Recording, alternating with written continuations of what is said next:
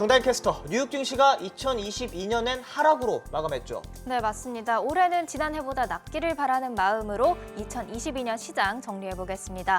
뉴욕 증시 결국 2022년 마지막 거래일을 하락세로 마감을 했습니다. 하락률은 작은 편이었지만 그래도 1년으로 길게 보면 한숨이 나오는 하락률을 기록했는데요. 2022년 다우존스 지수 8.8% 하락을 했고요. S&P 500 지수가 19.4%, 그리고 나스닥 지수 무려 33% 넘게 빠졌습니다. 3대 주요 지수 모두 2008년 이후 최대 하락률을 기록했습니다.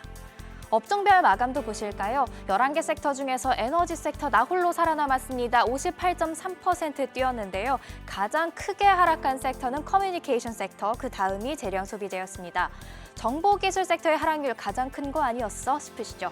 정보기술 섹터 하락률은 29.7%인데요. 몸집이 큰 대형 기술주들이 포진해 있다 보니 조금만 하락해도 증발하는 시가총액 규모가 커서 체감상 하락률이 가장 컸다고 볼 수 있습니다. 2022년 증시가 짓눌렸던 이유 여러 가지가 있죠. 먼저 인플레이션입니다. 이렇게 치솟는 인플레이션을 통제하고자 미 연준이 강력한 긴축 정책을 시행했습니다. 1년 만에 기준금리가 제로 수준에서 4%를 웃도는 수준까지 올라간 건데요. 그래서 시장 유동성이 줄었고 위험 선호 심리가 위축됐습니다.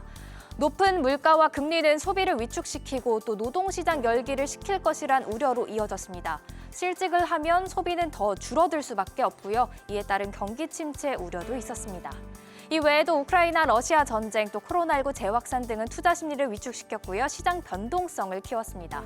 이 모든 이유 중 월가의 전설 아트캐신 UBS 객장 담당 이사는 미 연준의 공격적인 긴축이 하락장의 가장 큰 원인이었다고 지목했는데요. 그래서 올해는 연준이 어떻게 행동할까 많은 관심이 쏠려 있죠. 변수가 있겠지만 현재로서는 2024년에야 금리 인하를 고려한다는 게 연준의 기본 입장입니다. 이대로라면 어쩌면 시장 예상보다 높은 수준의 금리가 더 오래 유지될 수도 있겠는데요.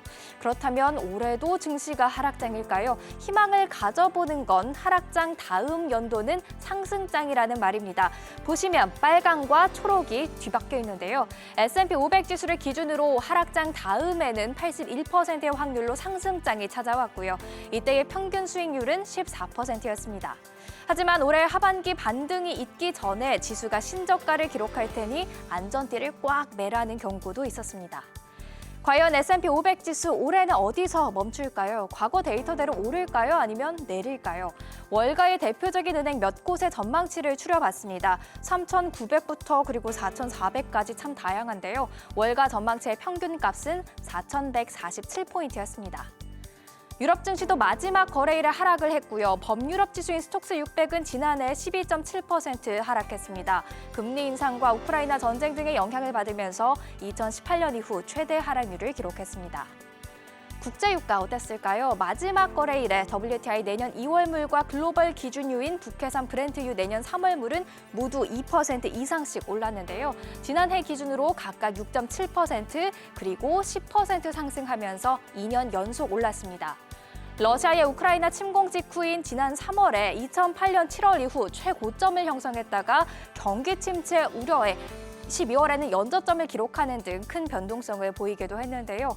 올해도 큰 변동성은 지속될 것이란 전망입니다. 중국이 코로나19 방역을 완화하면서 원유 수요가 급증하면 유가가 오를 수 있지만 글로벌 경기가 침체되면 유가가 오히려 지금보다도 내려갈 수 있기 때문입니다.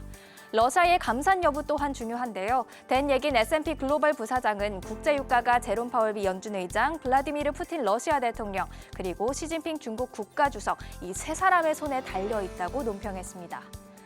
미 10년물 국채금리는 3.88%로 4% 바로 아래에서 2022년을 마무리했습니다. 지난 1년 차트를 보시면 1.5%에서 4% 바로 직전까지 급등을 했는데요.